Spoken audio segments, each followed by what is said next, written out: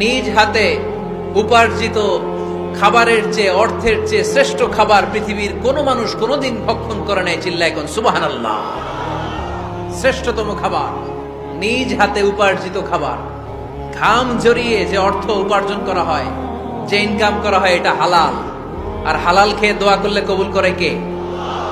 এজন্য খেটে খাওয়া মানুষ, শ্রমজীবী মানুষ আর মেহনতি মানুষদেরকে বিশ্বনবী খুব ভালোবাসতেন।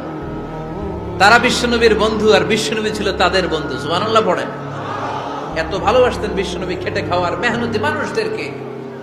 সব সময় বিষ্ণু ইসলাম তাদের জন্য দোয়া করতেন। এজন্য যারা খেটে খায় তারা কপালওয়ালা, তারা মুস্তাজাবুদ দাওয়া। তারা কি? মুস্তাজাবুদ দাওয়া মানে এমন ব্যক্তি যে ব্যক্তি দোয়া করতে দেরি হয় কিন্তু দোয়া কবুল হতে দেরি হয় না।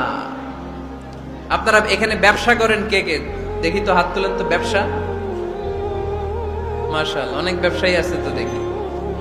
আচ্ছা, হাত নামান। চাকরি করেন কে কে? চাকরি,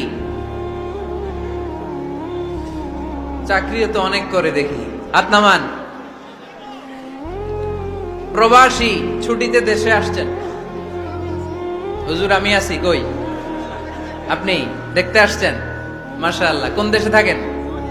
সৌদি আরব। আলহামদুলিল্লাহ। সৌদিতে ভাল লাগে নাকি সৌদি স্বপ্নের দেশ, খাটতে খাটতে জীবন শেষ? ইনশাআল্লাহ। আচ্ছা, ইউনিভার্সিটির স্টুডেন্ট আছো কারা কারা দেখি? মাশাআল্লাহ, হাত নামাও।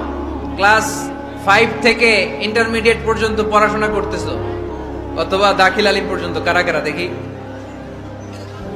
মাশাআল্লাহ, হাত নামাও, হাত নামাও।